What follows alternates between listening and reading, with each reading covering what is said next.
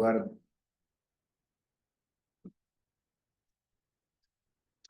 Primera vez que doy una charla con miedo, porque es una generalización de los Fractional Orffen Uhlenbeck, pero me parece tan obvia y tan elemental que me parece increíble que no se haya hecho antes. Busqué, obviamente, antes de empezar a meterme en estas cosas, no encontré, pero reconozco que no soy muy tenaz buscando algo y cuando me gusta una idea, me gusta empezar a hacer cuentas y bueno, trabajarlas. Así que bueno, nada mejor que presentarlo entre casa, porque cualquier cosa, si alguien me dice, esto está, está hecho acá o allá, me lo dirán con más cariño, digamos. Y si no, bueno, uy, ¿qué pasó acá? ¿Qué le hago con esto? ¿Sí? Ahí estás. Bueno, así que agradeciendo a Laura, como decía. Y bueno, básicamente voy a hablar un poco de lo que dice ahí. En la introducción más bien voy a contar cómo llegué a estos procesos, cómo empecé este camino con este tipo de trabajos. En el camino voy a agradecerle a Marco y a Enrique, que fueron importantes en esos primeros pasos. Eso ya lo van a entender cuando lo comente ahora en el principio.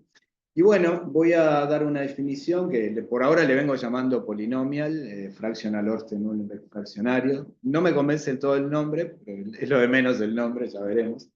Así que vamos a ver bueno, qué propiedades tiene, bueno, la definición y propiedades básicas, la función de autocovarianza, una fórmula para la densidad espectral, qué se puede decir de la regularidad de las trayectorias, una ecuación diferencial estocástica que resuelve, que no sé si tendrá aplicaciones o no, no tengo ni idea por ahora. Ojalá que sí, que tenga algo. Y el punto 3 voy a comentar algo de cómo estimar los parámetros de estos procesos, y acá me falta alguna cosita, ¿tá? O sea, esto va a quedar bastante inconcluso, pero bueno, por lo menos lo voy a comentar. Y en el concluding remarks, no tengo nada escrito, así que ahí les diré gracias y bueno, no sé qué. Bueno, así que arranquemos con esto de primario, digamos. Bueno, primero recuerdo a qué se le llama un proceso débilmente estacionario, cuando se dice que tiene memoria larga o memoria corta.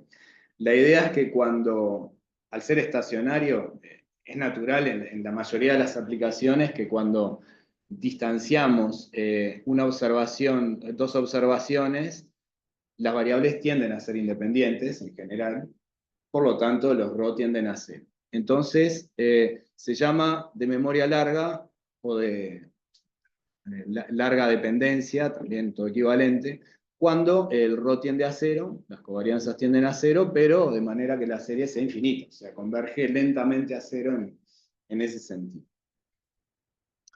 Bueno, entonces acá tengo la definición de los arfima o farima, se llaman indistintamente de las dos formas, que no tienen nada que ver con los Orsten-Uhlenbeck, pero sí tienen que ver con mi historia personal atrás de estas cosas, así que por eso tengo acá la definición. Son los más famosos de este estilo, de alguna manera, si los armas son los más famosos de tiempo discreto y los más aplicados, para memoria larga los arfimas son como la extensión de ellos. Y bueno, acá brevemente la definición: es un proceso indizado a tiempo discreto, se llama Arfima PQ, acá me falta la letra B, tiene 3 letras, P, D y Q. Cuando existe un parámetro D, que es un coeficiente fraccional justamente, entre menos un medio y un medio, y después números naturales P y Q, tales que este proceso, 1 menos B a la D por XT, es un arma PQ. O sea, y bueno, y el B es el operador shift, el corrimiento un tiempo para atrás. O sea, uno lo que hace es que tiene una arfima cuando le aplica este operador, que claro, cuando uno esto lo aplica con un D natural, tiene los arimas, justamente, pero cuando uno aplica un D fraccionario, esto ya queda una serie, entonces cuando aplica este operador lo llevamos a un arma. Esa es la definición de la arfima. Más explícitamente, si uno desarrolla, voy para atrás, de vuelta, perdón. Y para atrás de vuelta, si uno desarrolla por serie de potencias el 1 menos b a la d con el operador, bueno, queda esta forma. La parte de media móvil, le pedí que sea centrado en la definición. y que sea centrado y estacionario. ¿Quién? El XT, digo que es Arfima cuando le aplico el 1 menos b a la d por XTI y obtengo el arma. Ahí no está centrado por definición y no tiene tendencia ni nada. Ah, el P y el Q están en el arma, o sea, el X, claro, exacto. Podría definirlo al revés, ¿no? Al revés, sí. Está como derivando, integrando, digo, Sí. el operador calculado, Sí, se puede y definir. agarro un ruido que es un arma y le aplico el operador. Exacto, sí. Bien. Bueno, desarrollando en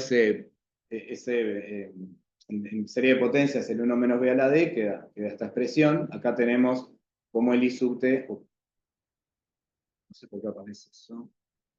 Acá vemos cómo aparece el I sub t entonces, escrito en función de los tiempos anteriores del XT. Y bueno, esto ya sabemos que se escribe... Vamos a cerrar, más inteligente cerrar, ¿no? Así no aparece. Bueno, obviamente esto se escribe como a través de dos polinomios, ¿no? Phi de b y tita de b. No es el USB. Siempre aparece. Aparece ¿Será porque pongo el cursor o no? USB, no sé qué, y ahora me salta. A ver, saco acá. ¿Cómo? Saco el pendrive. Bien. Bueno, entonces ahora viene la definición primero del proceso browniano, del fraccional, movimiento browniano fraccional, de parámetro de Hertz H en el intervalo 0,1. Se define como un proceso gaussiano, un proceso que cumple estas cuatro condiciones, se prueba que existe y es único casi seguramente, un proceso que sea gaussiano, que tenga trayectorias continuas, centrado, o sea, para todo tiempo t la esperanza sea 0, y que tenga esta estructura de autocovarianza, es el proceso. Cuando uno toma acá h igual a 1 medio, esta cuentita termina dando, para S y T reales positivos, termina dando el ínfimo entre S y T, y queda el movimiento browniano estándar. Esto fue introducido por Mandelbrot en un artículo del año 68, y a partir de ahí es que se empezó a trabajar mucho con el browniano fraccional. Bueno, todo browniano fraccional tiene incrementos estacionarios, y cuando h es 1 medio, los incrementos son no correlacionados y por lo tanto son independientes, porque estamos hablando de un proceso gaussiano. Bueno, acá viene la definición de lo que es el Ortein-Uhlenbeck fraccionario, dados dos parámetros, lambda y sigma positivos y un movimiento browniano. El Ortein-Uhlenbeck fraccionario se define así, como sigma por la integral de menos infinito a t de esta exponencial diferencial b sub h de s, diferencial el browniano. Vamos a ponerle esta notación, lambda, sigma y h.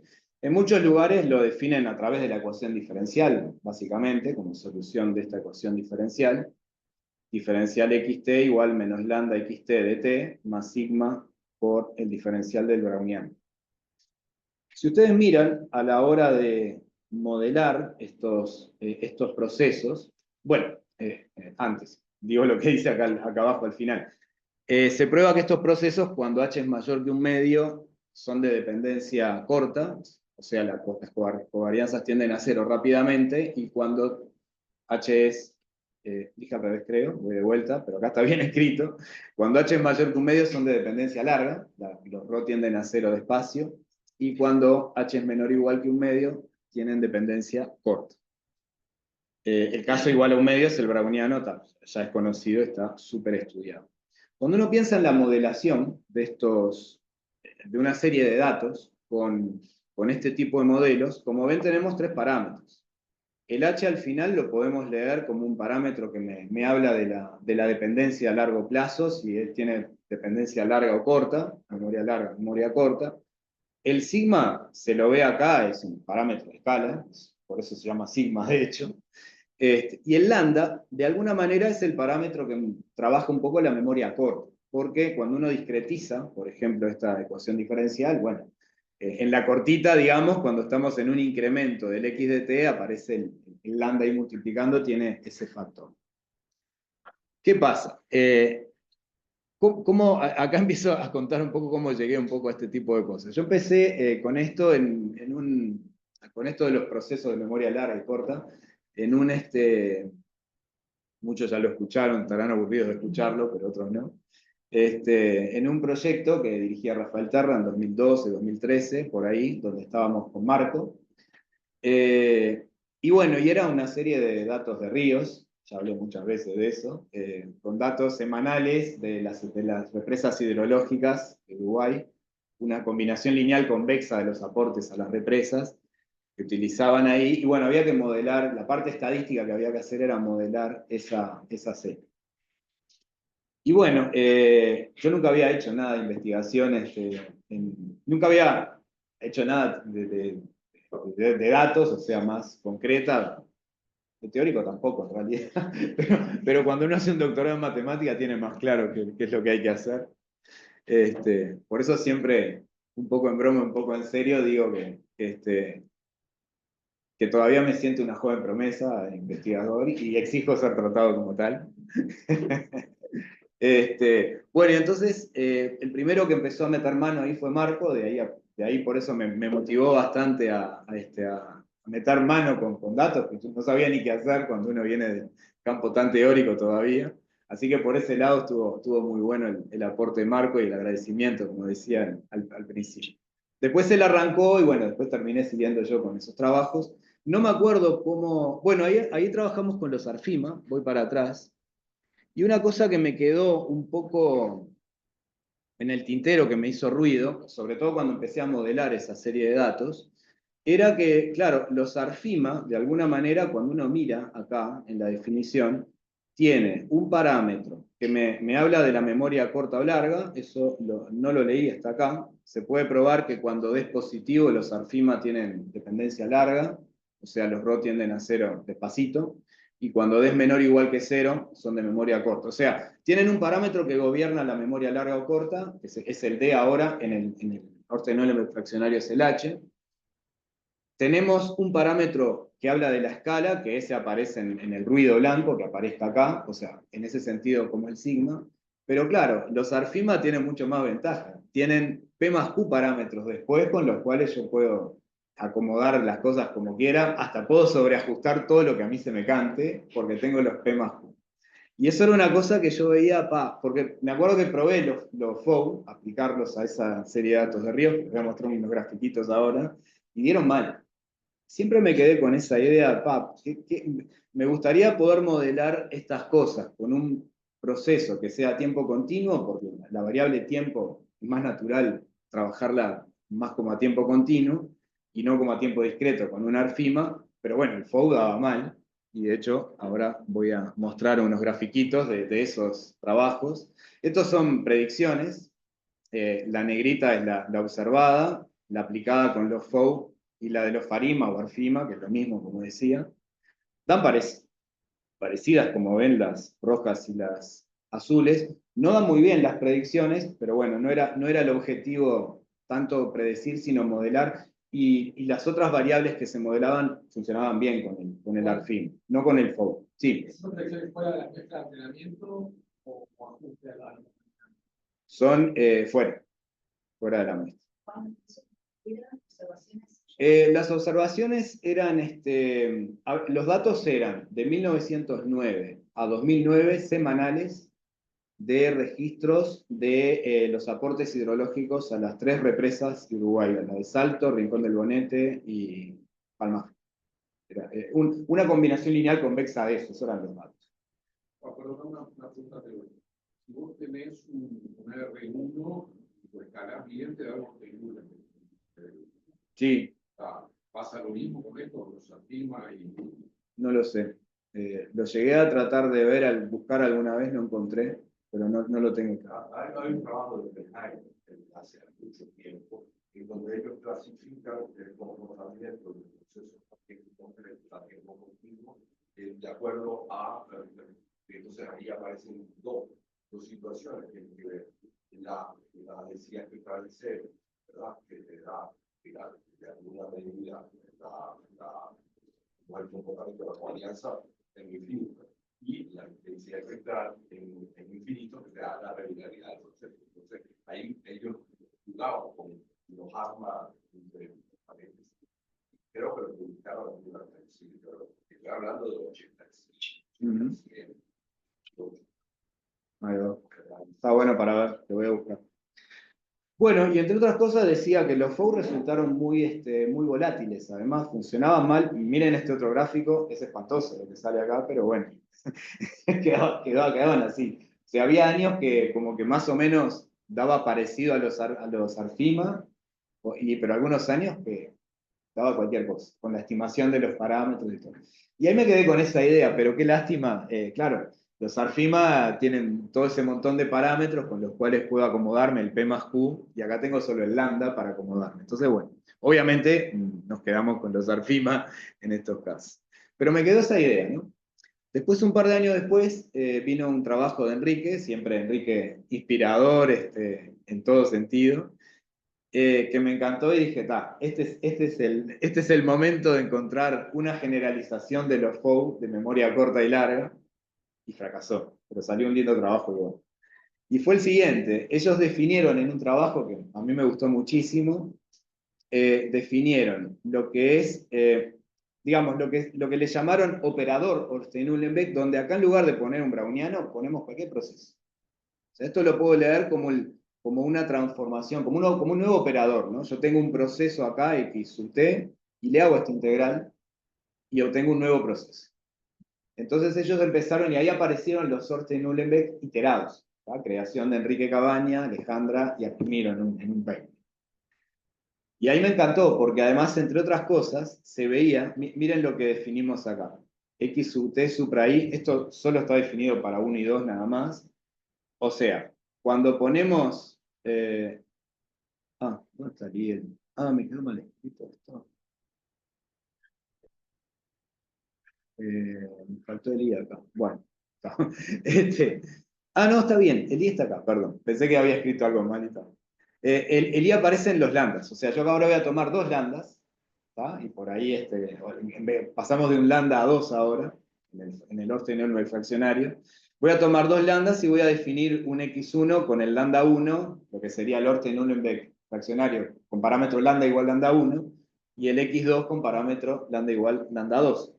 Tengo 2 Ornstein-Uhlenbeck ahora con 2 parámetros. Y ellos probaban en sus cuentas que el proceso resultante, la composición, o sea, yo agarro el primer Ornstein-Uhlenbeck y lo pongo acá y lo integro, de ahí el nombre de iterado, aplico esta operación iteradamente, esto después se puede repetir todas las veces que uno quiera, me itera ahí, y entonces metemos el Ornstein-Uhlenbeck acá, tengo un nuevo proyecto, un nuevo proceso, y se prueba que ese nuevo proceso termina siendo combinación lineal de estos Ornstein-Uhlenbeck, que cada uno es un Ornstein-Uhlenbeck con 2 lambdas distintas, ¿tá? Entonces ahí dije, bueno, volás, voy a empezar a hacer esto. Ellos en su trabajo lo hacen en términos general para un proceso cualquiera acá, y me acuerdo que ahí está la parte linda de Enrique, así también y todo. No me acuerdo si fue en la charla de él o incluso está en el paper, que dice, sería lindo averiguar a ver qué pasa cuando uno acá pone un Ornstein-Uhlenbeck fraccionario. Y entonces ahí entré a empezar a trabajar con él. Y bueno, salió un trabajo que me gustó mucho, que al final participó Chichi también, que también le agradezco, porque ayudó pila y mejoró pila el trabajo que yo ya tenía hecho, y lo publicamos. Pero bueno, resultó ser que esta maldita combinación lineal, no importa cuántos lambdas pongas, siempre son de memoria corta. Así que, por ese lado, fracasé con esa idea original de tratar de tener... A pesar de que el integrador tenga como que Exacto, es una combinación lineal. Por ejemplo, cuando h es mayor que un medio, tanto como este son de memoria larga. Pero esta maldita combinación lineal me los hace de memoria corta y bueno. ¿Tá? Eso fue... te mata el exponencial. No, es la combinación lineal lo que hace, lo que termina, o sea, haciendo que estas dos cosas de memoria larga combinadas te terminen quedando de memoria corta. Es que es una combinación lineal cualquiera, no es particular, quiero decir, no es cualquiera. Sí, que ahora va a aparecer en el generalizado, pero... Entonces, bueno, así fue como medio que me empecé a meter en eso. Igual me gustó el trabajo, salió precioso, digo, lo disfruté pila, pero ese objetivo al final que pensé que iba a salir, es más, trataba de probar a toda costa que eran de memoria larga, al final terminé probando que eran de memoria corta. Para todo H. Sí, sí. Cuando decís memoria corta, memoria larga, ¿estás pensando en una Las covarianzas. definición del orden de convergencia? No, lo primero esto, en que la serie que tiendan a cero y que la serie sea infinita. Sí. Simplemente eso. Bueno, entonces, ahora sí viene el miedo, acá viene mi pánico. Vieron que yo acá definí los Orte-Nuellenbeck fraccionarios, están definidos así. Y bueno, me parece demasiado obvia, pero no la encontré, la generalización. Dije, bueno, ¿por qué no ponemos en vez de acá con la idea de que exponencial mata polinomio, ¿por qué acá no ponemos un polinomio multiplicando y exploramos a ver qué funciona? Si sale todo igual. Con la idea de que va a salir todo más o menos igual. Y bueno, y eso es lo que voy a definir acá. O sea, en lugar de tener un sigma multiplicando la exponencial acá, integrando el diferencial browniano, voy a poner un polinomio y ahí gano en coeficientes. Ahí tengo los P más Q de los afirma de antes, de alguna manera. Por lo menos puedo elegir la cantidad de polinomio que quiera, la cantidad de coeficientes que quiera, y tal, hay que ver si funcionan todas las propiedades que digo que esperaba que funcionaran. Por suerte funciona casi todo. ¿Tá? Fue un ejercicio matemático también. Agarré las demostraciones de los FOU escritas así, les puse un polinomio, dieron más trabajo, obviamente. Ahora va a venir la definición. Así que bueno, si alguien tiene malas noticias, me las dice después. Si esto está de alguna forma hecho en algún lado. Así que bueno, le llamé, por ahora le puse este nombre, por ahora, que es como les decía acá, es la exponencial con parámetro lambda, integro respecto al browniano, y acá le pongo un polinomio, con coeficientes, polinomio de orden k, con coeficientes θ, que habrá que estimar en su momento, y el k jugaría el papel del p o del p y q de los afima o de los arm. Uno elige. Claro, porque antes esto era un 1. Digo, está escrito acá, mirá.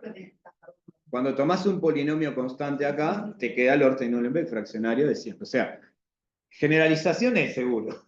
Hay que ver si hay buenas aplicaciones de esto, algo que mejore, ¿no? Que no tengo ni idea, todavía no. Está por explorarse.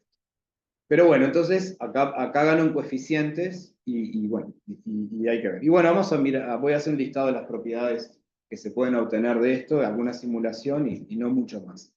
Como puse acá, bueno, cuando ponen un polinomio constante, queda tal cual el Orte-Nuellenbeck fraccionario, definido hoy. Cuando h igual a un medio, tienen un proceso de integras con respecto al línea, Sí. que queda algo. Bueno, en realidad tengo todo estudiado para h distinto de un medio.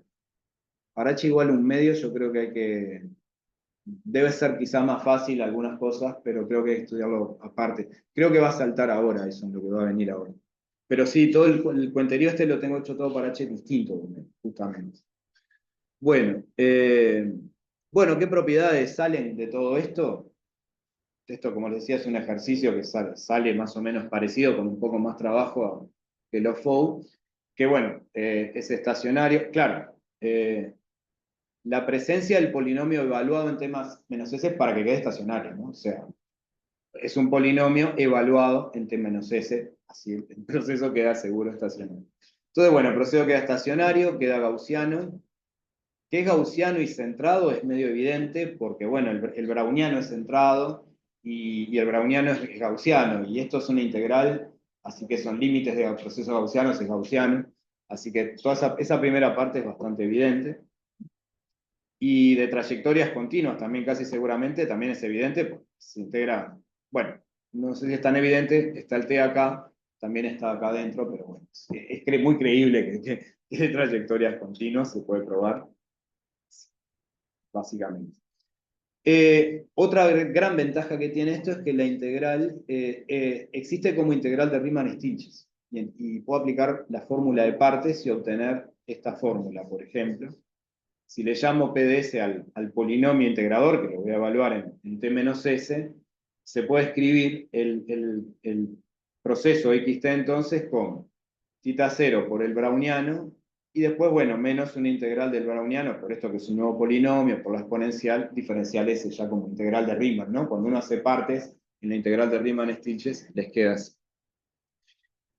Y de acá se deduce algo bien evidente, que es que cuando tomamos el parámetro θ0 distinto de 0 queda un proceso no diferenciable, porque esta parte es derivable, esta parte es diferenciable, se puede probar, básicamente es teorema fundamental y regla la cadena, porque aparece el T acá y acá adentro, pero básicamente es eso, este es diferenciable, y el BH sabemos que es no diferenciable casi seguramente. Entonces, si acá el θ 0 es distinto de 0, ya deducimos que el proceso es no diferenciable, y si fuera 0 sí queda un proceso diferenciable, ¿no? O sea, si uno, en definitiva, en la definición esta, si uno arranca ya con potencias T menos S a la 1, T menos S a la 2, etc., ya queda diferenciable el proceso. Bueno, esto da mucho trabajo, da mucho trabajo encontrar las autocovarianzas de los procesos estos. Se puede ver que, bueno, dan esto, H por 2H menos 1 por esta sumatoria con los I sub IJ, donde los I sub IJ son estas integrales, cuyos coeficientes que dependen de I son estas otras integrales. En fin, esto dio mucho trabajo. Simplificar esto. ¿Cómo? ¿Cuál polinomio decís? Ah, en los titas, acordate. Sí, acordate que el polinomio viene acá, de acá, ¿verdad? Los titas son los coeficientes del polinomio que estamos incluyendo en la definición.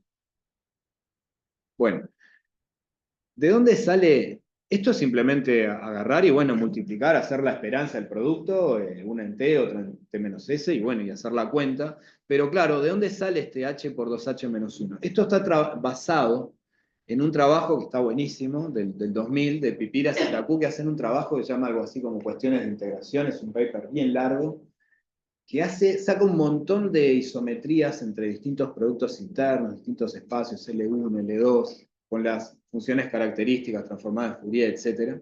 Y bueno, entre ellas aparece esta otra, que dice que si uno tiene, esto es para H mayor que un medio, nada más, que si uno tiene H mayor que un medio, y uno hace esta integral, que es como hacer tomarlo como un producto interno entre F y G, por ejemplo, dos funciones determinísticas, que no son cualquier cosa, tienen que vivir acá, tienen que ser tales que esta integral quede convergente, que claro, esto tiene lío en la diagonal, ¿verdad?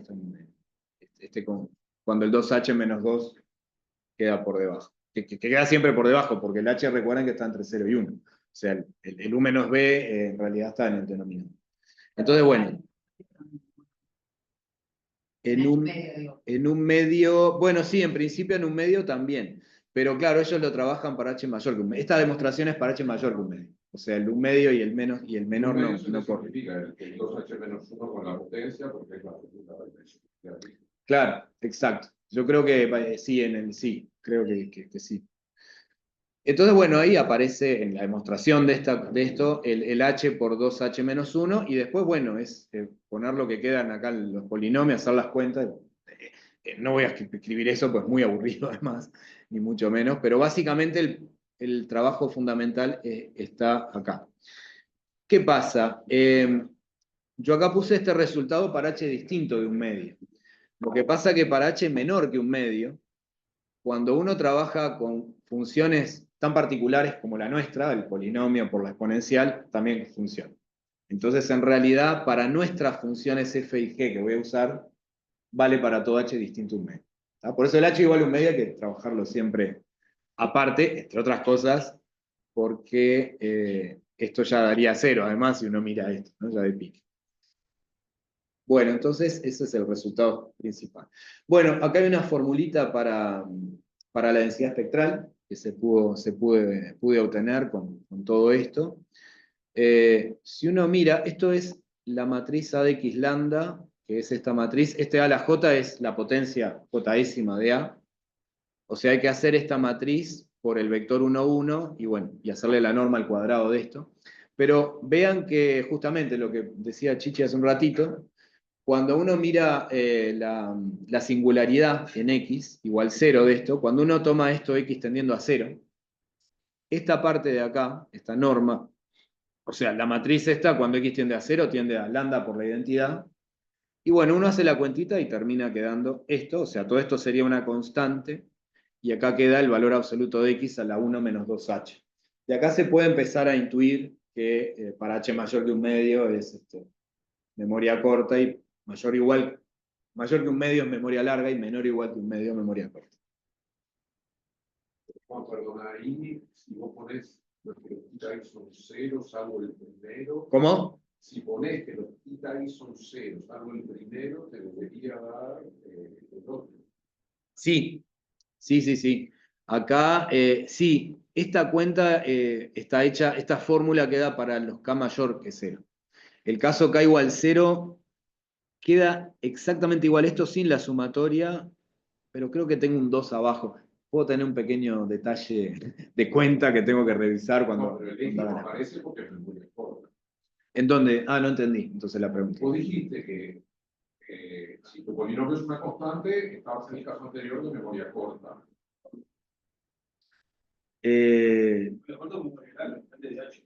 Claro, eso depende de H, no del polinomio.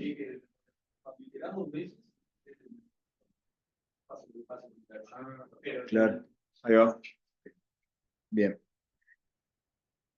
Bueno, esta es una cuenta que dio mucho trabajo. Acá demuestro bien el tema de la convergencia. De acá se deduce, cuando uno hace las correlaciones, las covarianzas entre el xt y x0, se puede probar que esta cuenta da un límite constante distinto de 0, y de acá es de donde se deduce que, bueno, esto es como tener la serie 1 sobre n a la 2 menos 2h, y bueno, cuando 2 menos 2h es mayor que 1, la serie converge, y cuando no es divergente, y eso se traduce en el h mayor que un medio, menor que un medio. O sea que esa parte ahí se obtiene ese resultado, que estos polinomios, no importa quién sean los titas, cuando h es mayor que un medio, siempre van a quedar de memoria larga, memoria corta digo, y cuando, no, larga, acá puse al revés, h mayor que un medio, memoria, no, está bien, dije al revés, perdón, no, está bien escrito, dije mal, por eso. H mayor que un medio, memoria corta, memoria larga digo, y menor o igual que un medio corto. No, está bien, perdón. Bueno, este es un resultado también lindo e interesante que lo pude generalizar de los Orte-Uhlenbeck fraccionarios, con constante también, que es el variograma. El variograma, que se define de esta forma, B de t, como un medio por la esperanza de xt menos x0 al cuadrado, se puede ver que da la constante, tita 0 sobre 2, acá debería poner tita 0 distinto de 0, para que tenga gracia, digamos, por t a la 2h, por algo que tiende a 0 más rápido que t a la 2h. Y este resultado es muy interesante por dos puntos. Por un lado, hay un resultado de procesos gaussianos que dice que cuando el variograma se puede escribir de esta forma, H grande es el índice de Helder de las trayectorias. Entonces, una vez que uno probó esto, y estamos en procesos gaussianos, resulta que el exponente H, además de ser un parámetro que me habla de memoria corta o larga, también me indica regularidad de las trayectorias. Es el exponente de Helder de las trayectorias. O sea, mayor H, más regular la trayectoria. No se establecía de identidad que dice que cuando hacer diferente de cero tiene el funcionario más algo que tú demostraste que es diferenciable. Por supuesto. Digamos que a lo mejor no se tiene directamente, pero se intuye. Por supuesto. Sí. Vamos para atrás. Acá. Lo que dice Chichi es esto, que es totalmente cierto. O sea, de acá ya se deduce, ya se sabe que el browniano fraccional tiene índice de Helder H. De acá ya se deduce. Porque al final nuestro proceso, si el tita 0 distinto de 0, es algo que tiene índice de Helder H y el resto es diferenciable. Así que de acá se deduce eso. O sea, lo del variograma en realidad me sobra en este caso. Ya lo tengo, esa deducción ya está solamente de mirar esa forma. Pero la otra, esta sí es bien linda, es que hay un método para estimar H cuando el variograma es de esta forma, que es un trabajo de Ista Silán, también un trabajo muy duro, largo y difícil, del año 97, que dicen que, bueno, entre otras cosas que trabajan en ese paper, muestran que cuando un variograma es así se puede estimar, y además con normalidad asintótica, el exponente y también el coeficiente. Yo acá puse el resultado del exponente nomás porque al final los titas los voy a meter todos en una bolsa y les voy a estimar al final por máxima verosimilitud. Pero digamos, esa es la parte más interesante del variograma, y con una fórmula explícita, ahora va a venir en un ratito, una fórmula explícita para obtener el H, un cálculo bien directo. Bueno, acá puse como corolario lo que ya en realidad podíamos haberlo puesto de antes. Bueno, acá esta igualdad, esto ahora me vino cómodo para las simulaciones y para mostrar las ecuaciones diferenciales también, que van a venir ahora. Si a cada pedacito del polinomio le llamo un nuevo proceso que le estoy llamando x sub t supra i, ¿tá? O sea, es como tomar un polinomio justamente de esta forma, de coeficiente 1, le voy a llamar x sub ti, y obviamente nuestro proceso definido así, cuando separo en la sumatoria, me termina quedando combinación lineal de estos procesos, ¿tá? De cada uno de estos. Así que a la hora de simular, en realidad, va a ser, lo más fácil va a ser simular el x sub t supra i, y después hacer la combinación lineal, para simular nuestros procesos. Así que eso va a venir por ese lado. Obviamente, cuando uno pone acá el igual 0, tenemos el Orte-Nulembeck habitual, ¿no? Con sigma igual 1. Pero ese va a estar multiplicado por tita 0. Bueno, se puede ver que ese proceso x sub ti es diferenciable y verifica esta ecuación diferencial. Esto es bien fácil también para simular, porque bueno, es una ecuación diferencial, acá hago las diferencias finitas, así nomás, y tengo que tener simulados los anteriores, ¿no? Para simular el 2 necesito el 1, para el 1 necesito el 0. Bueno, arrancaría en el igual 0, lo que pasa. O sea, vos simulás, digo, vamos para atrás. El browniano, el Orte-Nulembeck fraccionario, que es cuando i vale 0, ya tenemos manera de simularlo. Entonces, después que simulo ese, que es obviamente a través del browniano, después que simulo ese, simulo el segundo y ahí aparece, acá va a estar el browniano. Y después, bueno, este browniano va a estar presente en el 1 y ese va a estar, seguir estando presente en el 2, etc., ¿no? O sea, de ahí sale. Y a la hora de simular, bueno, esto queda la varianza de estos procesos, esta fórmula. Está fea, pero es muy fácil de escribir para simular, por ejemplo, esta varianza. Y bueno, y la ecuación diferencial que calculan, que me encantaría que haya alguna aplicación, no tengo ni idea, que algún área de la ciencia aplicada que necesite algún tipo de ecuación de este estilo, o algo parecido, que pueda ser modelado con algo así. Esta sería la ecuación diferencial que modelan nuestros Orte-Nulembeck fraccionarios polinómicos o polinomiales. No sé. Que claro, cuando uno toma los de orden, los habituales, digamos, esto se va, esta parte no aparece, y me queda el de antes, ¿no? Menos lambda xt dt más el sigma, digamos, por el diferencial del grado. Pero repito, para simular es más fácil simular cada uno de estos, o sea, arranco simulando el browniano, con él el FOU, o si quieren el FOU que viene del browniano, y después con estos iteradamente voy simulando voy para atrás,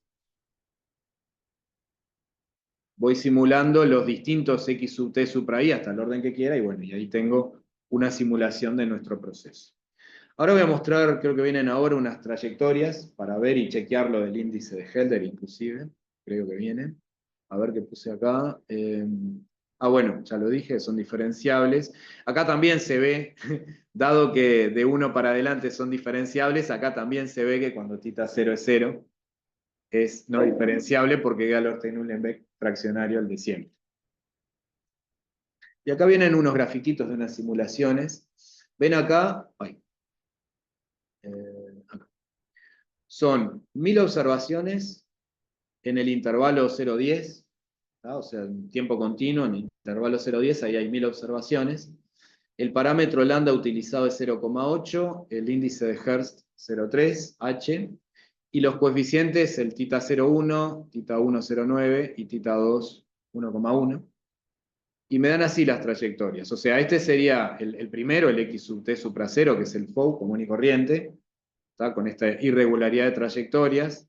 Nuestro proceso, la misma el mismo tipo de irregularidad, y como ven, el XT1 y el XT2 dan regulares, ¿no? Como era de esperar. Este tiene algunas vueltitas, pero bueno, seguro son por las simulaciones, esas cosas. ¿Qué comportamiento límite tienen esos seguros? ¿Esos quién? XT1, XT2, tienen incluso. Bueno, en realidad los XT1, XT2 caen dentro de los polinómicos, o sea, es un caso particular en realidad de los que estamos viendo. O sea, Cuando tenés una distribución funcionaria gaussiana, y sí, no, fue muy llamativo el equilibrio, como que me parece que es un así. ¿una qué? Así. No tengo idea, es lo que digo ahí. Sí, pero cambian, Es ¿eh? mucho más fuerte que distribución estacionaria. La distribución estacionaria es Sí, sí, es verdad, sí. Pero cambia, ¿eh? Pero sí, creo que no probé demasiadas simulaciones, pero me parece que todas tenían asíntota. Podía cambiar esto. Si crece o decrece, no me acuerdo. Habría que lo voy a pensar eso. Lo que sí se ve que en el próximo gráfico también se va a ver es que la 12 es más regular que la 1. ¿Cómo? Este es de dependencia corta, exacto. Este es de dependencia corta, exactamente. Bueno, acá viene. ¿Cuál es? Bueno, eso es otra cosa que vi, por lo menos en esta simulación, que tengo que ver por qué. Si miran en la forma del gráfico es la misma, cambia un poco la escala. No sé si tiene que ver cuántos juegan los coeficientes que use, no sé. Los próximos dos gráficos son bien parecidos. Entonces, a partir de 4, el X1 y el X2 son constantes. Sí, sí, eso es cierto. Sí, son prácticamente constantes. Sí, sí, acá tengo cosas para explorar, incluso para revisar el, el programa, porque inclusive me llamó la atención que si pongo un coeficiente negativo de tita me da error en estas cosas. Así que, no sé, esas cosas las tengo que, están muy en pañales todavía. Yo creo que no debería dar error, en principio, no sé. Cosita negativo. Sí, Polinomio con coeficiente. sí, ¿por qué no? Digo, no veo por qué no podrían aparecer, digo. Eso me da error, no me hace lo gráfico como me patea. No sé. Sí, ese tipo de parámetro positivo porque es una varianza.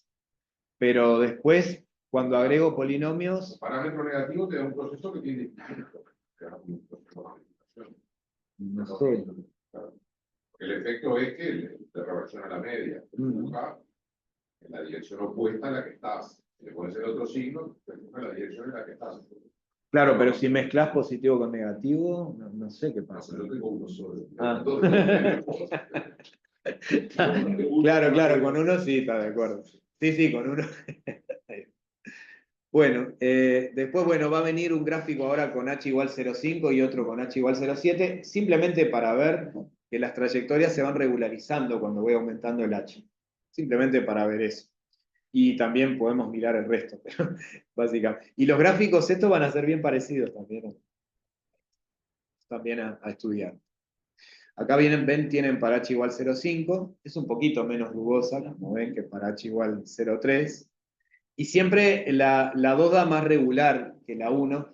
Yo creo que eso se debe a que en la exponencial esa integrada con el browniano, estamos en la 2 multiplicamos por t menos s a la 2, eso va regularizando, digamos. Al aumentar el exponente, va regularizando. El primero da medio irregular. Exactamente, sí, yo creo que debe ser por eso, sí, seguramente. Y bueno, y después con h igual 0,7, un poquito más regular también las trayectorias, como ven, y bueno, y ahí tienen el XT1 y el XT2. La explicación de lo parecido es que las XT1 y XT2, como decía el resto, son constantes. Sí, es cierto, para este intervalo, a partir de ahí quedan bastante, sí. Aunque las dos trayectorias se parecen desde el principio. Sí, totalmente, sí, eso no me gusta mucho, pero bueno, habrá que ver si tiene alguna explicación o hay algún pequeño defecto en el código, no sé, hay que revisar eso. Esto lo hice hace poquito, recién empecé a hacer esto, para hacer algún gráfico. Agarré gráficos viejos, como ya vieron, y para mostrar un gráfico dijimos, vamos a hacer esto. ¿Eh? ¿Cómo? ¿En dónde? Sí, sí, o sea, haces de cuenta que tenés una muestra discretizada del intervalo 0,10 en este caso. Sí, sí. Bueno, y de estimación esto está muy en pañales. Primero sí tenemos una fórmula, pude probar, en realidad la prueba es la demostración de la fórmula del variograma, cómo se puede estimar H. O sea, la idea es estimar en dos pasos. Primero estimar H, con la fórmula que vamos a ver ahora, basada en el trabajo de Istacilán, y después estimar el resto por máxima verosimilitud. Que esto acá no tengo las pruebas, pero me parece que debería salir más o menos fácil eso. Bueno, la idea es tomar un intervalo 0t grande, suponer que tengo una muestra X espaciada del proceso, una muestra finita X espaciada. Y bueno, hacemos dos pasos. Estimo H, como vamos a ver ahora, y después, en lugar de H, poner H gorro, el estimador de H gorro, y estimar el resto por máximo verosimilitud. Ahí tengo que hacer aproximaciones, habrá que meter alguna hipótesis de algún tipo para que la aproximación de H... La demostración de esto, estuve mirando un poco, creo que con la clásica de Wald, por lo menos para la consistencia, que pide poca cosa, funciona con un H conocido, tengo que trabajar un poco que bueno, que el H gorro con el H me funcione, cambiando el H por el H gorro. Esa parte no hay nada escrito porque todavía no, lo estoy recién pensando. Bueno, ¿cómo se estima el H? Bueno, hay que definir lo que es un filtro, un conjunto de coeficientes a 0, a 1, a 2 acá. Se le llaman de longitud K más 1, bueno, la longitud es el largo del vector, y orden L, mayor o igual que 1, cuando se cumplen estas condiciones. O sea, si uno acá toma L chica, por ejemplo, si yo tengo un filtro de orden L grande igual 2, y no importa la longitud, pero el L grande es 2, lo que quiere decir es que esta suma tiene que dar 0 para L chica entre 0 y 1. O sea, para L chica igual 0, estoy pidiendo que la suma de los coeficientes sea 0. O sea, la suma de todos estos que sea 0. Y para L chica igual a 1, que bueno, A0 más 1 por A1, más 2 por A2, más 3 por A3, etcétera, que eso es 0.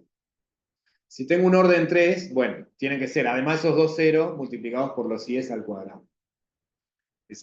Y bueno, y que el orden es cuando la primera vez queda distinto de 0. Por eso acá el L grande es cuando sea distinto de 0. Acá hay un par de ejemplitos. Un filtro de orden 1, acá tienen menos 1 y 1, este suma 1 y este da orden 1. Básicamente con los coeficientes binomiales intercalando el signo logran filtros de orden el que quieren. Acá el menos 1, 2, menos 1 queda de orden 2. O sea, este cumple que la suma da 1 y la suma de los A sub I por I también da 0. Perdón, la suma da 0 y la suma de los I por A sub I también da 0. Esos son los números que se usan para calcular derivadas numéricamente. Creo que sí. Sí, Dos primeros estudios. Sí, sí, claro. Bueno, la fórmula de estimar el H está basada en el variograma y en la regularidad de las trayectorias, porque ahora va a venir, se calculan las variaciones. Por ejemplo, si tomás el filtro de orden, este filtro, tomás el xt menos el xt menos 1. Si tomás el filtro por ejemplo, tomás el xt, el x, dos veces el x, perdón, el xt negativo, dos veces el xt menos 1, que es como el de segundo orden, digamos, ¿no? La variación, exacto. Bueno, se puede multiplicar por 2 la longitud del filtro, grosso modo, uno de longitud K más 1 se lo puede llamar a uno de 2K más 1, que se le llama A cuadrado, intercalando un 0 al filtro. O sea, si yo al filtro le voy intercalando un 0, mantengo el orden y lo hago de largo básicamente el doble. Es lo que dice acá. Mantiene el orden L y de largo queda prácticamente el 2K más 1. Y acá viene la forma. Esto es lo que prueban en Istacilán, que si el variograma es como nos dio a nosotros, dada una muestra discretizada y espaciada, definimos a esto la variación que me da el filtro A, acá es donde ingreso los filtros, como decía acá, si tomo el primero estoy mirando el xt con el xt menos 1, la diferencia esa cuadrática, ¿no? Estoy promediando eso. Ya un comentario. Sí. La introducción de los filtros, porque si uno solamente pone el filtro de orden 1, el H, cuando H es menor que 3/4, uno tiene normalidad asintótica, pero H mayor que 3/4, 3/4 y 1, ahí tiene una integral de filtro.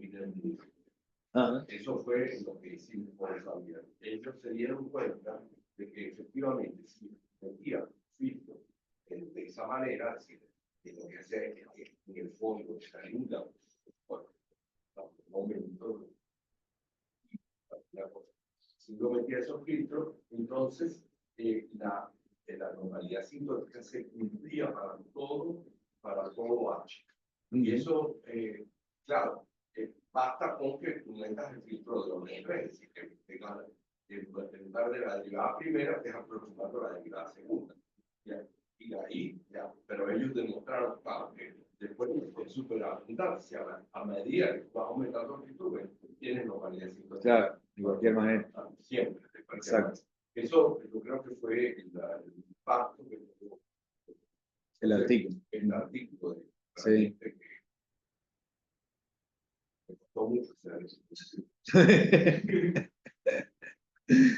Bueno, entonces acá queda la fórmula para el H. El H gorro es un medio por el logaritmo en base 2 de, hay que aplicar esta variabilidad justamente al filtro de longitud del doble, al filtro A cuadrado, cocientado con el filtro, con la variabilidad del filtro A original. Entonces ahí tiene el H y creo que acá no tengo más nada. Ah, bueno, acá escribí el teorema, que en realidad es la fórmula del variograma, como les dije, eso, y después citar ahí está Silán, básicamente, que nos habla de, claro, hay que pedir que el filtro sea mayor o igual que 2, como decía Chichi recién, el T grande tiene que tender a infinito, y el delta n, que el delta n lo definí antes, acá, o antes, acá está. El delta n es T sobre n, o sea, T sobre n tiene que tender a 0, son más o menos los pedidos típicos en este tipo de cosas. Entonces ahí tenemos la consistencia de H gorro H y además tenemos normalidad sintótica. No puse la fórmula esta.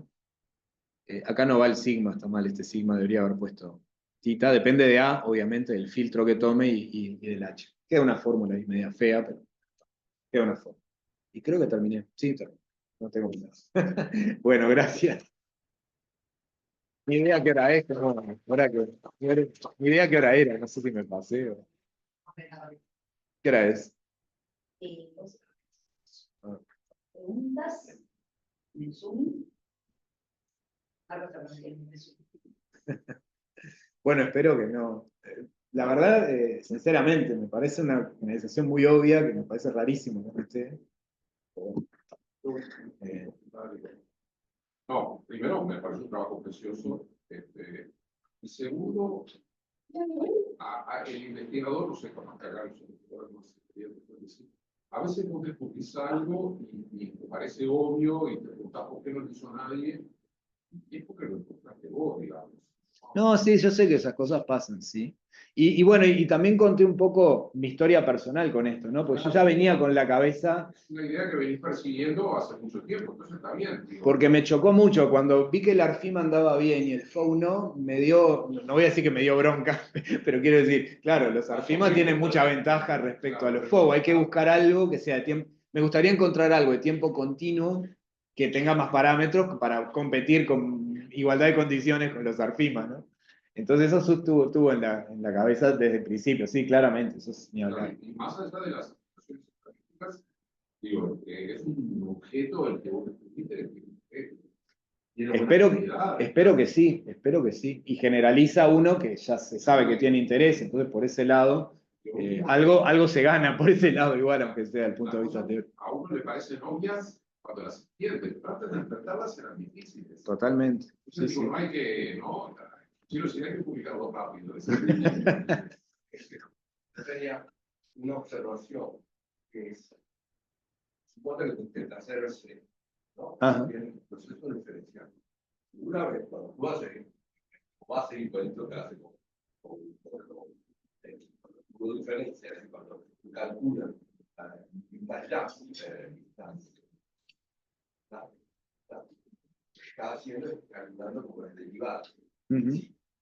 Un proceso va a tener más derivadas a medida que el proceso ese que tiene va a tener más derivadas a medida que suma más cosas, ¿verdad? Pero el primero a lo mejor no tiene tantas derivadas como y cuando tú incrementas, entonces vas a tener, un proceso que va a estar en la característica de esta engaña, a lo mejor por ahí también puede funcionar. Sí, suponiendo que θ sea cero, que ya no tiene, que tiene un proceso diferencial, y tienes lo mejor de los dos mundos, que de alguna manera te puedes acercar a los dos diferenciables, haciendo el incremento, pero además puedes calcular cruces. Calcular cruces, ¿sabes? ¿Por qué? Porque es diferenciable y es estacionario. Entonces, la fórmula de raíz vale, y lo que habría que ver es que efectivamente ese proceso es mixing en algún sentido, es decir, para H mayor que un medio, seguramente puede tener estudiar de esos procesos que son diferenciables por ejemplo de los cruces, podría ser algo que hay que estudiar. Porque claro, vas a tener por un lado, vas a tener cruces, pero dependencia fuerte, o vas a tener cruces, pero dependencia débil. Y entonces vas a tener, por un lado, un comportamiento de los cruces que va a ser el gaussiano, por otro lado, yo no sé qué va a ser. Pero el cruce va a tener, porque tiene diferenciabilidad. Claro. Pobre papel. Buenísimo, eso es buenísimo. que se puedan hacer cosas y siempre es buenísimo. Sí, sí. Otra pregunta. Una vez si pudiste aplicar los modelos para los datos que te motivaron a... No. Todavía no tanto, llegaste como... No, gracias a Laurita, como dije al principio, empecé a escribir algo. Tengo un cuaderno lleno de cosas mal hechas, pero algunas buenas que las tengo que empezar a escribir y empecé a escribir los títulos, por lo menos acá.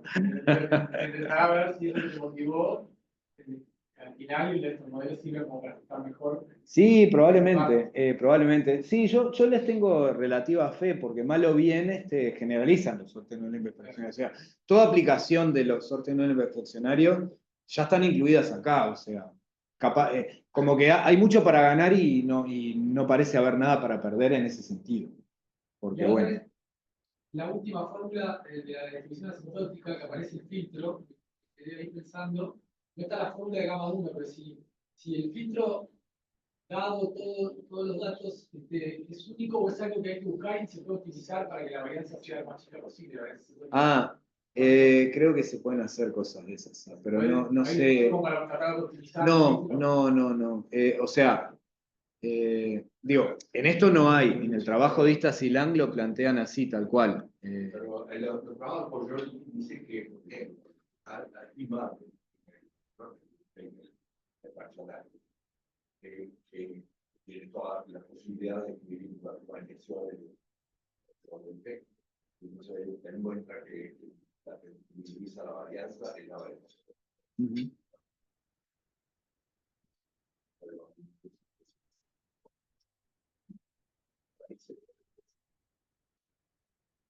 Y por la forma que lo sigas, se me pone. Que dé la variación. Yo vi algún paper de gente que usa el filtro de Daubechis, por ejemplo, pero no sé por qué lo usa realmente. El resultado es para cualquier filtro de orden mayor o igual que 2, como dice ahí. ¿Cómo? Eso es un genio si multiplicas A por 2 te queda un filtro también. Sí, claro. Pero la varianza no se agrada. No porque cocientás después los BNs con el BN cuadrado y... Claro. Sí. Esa fórmula gamma 1 es una función homogénea. Sí. Multiplicamos por banda hacia Sí.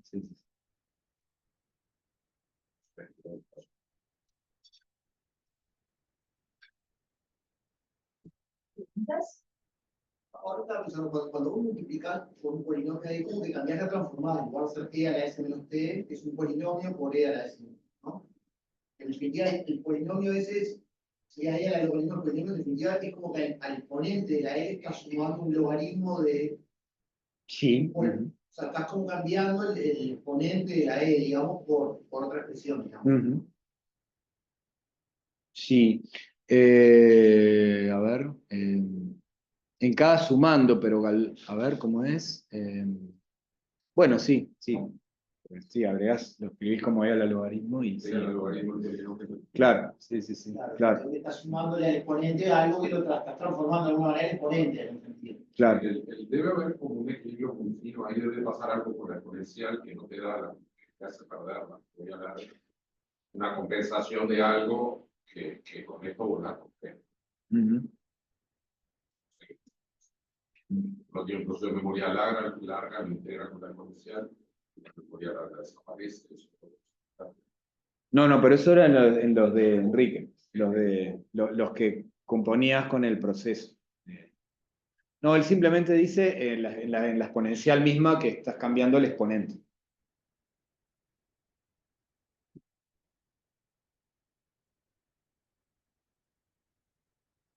Estaba pensando capaz que en la generalidad, en lugar de un polinomio, pensar en otra, una E a la FT con la FT que cumple algunas propiedades que hagan que Sí, claro. E a la F de ese ministerio, digamos, que hagan que se cumplan las. Ujú. Analiza más todavía. No, porque lo que pasa, a mí siempre me parece, es decir, yo veo eso como una transformada de la clase de algo que alguien explica, y es como que ahora yo a esa transformada le estoy añadiendo ese polinomio, vamos, un punto. Ahora sí, ¿viste? A mí me gustaría ver si ahora yo veo la transformada, si yo lo veo en el espacio, está viendo en el espacio del tiempo. Si yo lo veo en el espacio de la transformada, que habrá alguna operación que sea implicada por haber multiplicado por el monomio. Si tienes el monomio, términos de ser a la bota, podría la menos lambda por términos habrá, cuando tú pasas al espectro de frecuencia, habrá alguna una operación que sea sinónimo de esta, así como buena derivada de la multiplicación en el caso de transformar hay equivalencia de cosa. Sí, sí. Si hay alguna operación como es, cuando uno construye algo así como un símbolo, porque cuando uno está viendo la cima y eso, y multiplica por 1 menos b a la d, en realidad lo que está haciendo, cuando ves en la transformada de Fourier, lo que está haciendo es que está poniendo el símbolo de ese operador, multiplicando por la transformada de Fourier. No sé, es una pregunta que me hago, pero Claro. que podría dar explicación a algunas cosas. Claro. A lo mejor es que falla. Sí. Y me da miedo porque ya usted versaste en el artículo de Picartag. Ellos exploraron mucho eso. Sí. Si hubiera habido una relación espectral, hubiera trabajado con la relación espectral y no quisiera, siempre trabajar con el Sí. Sí, puede ser.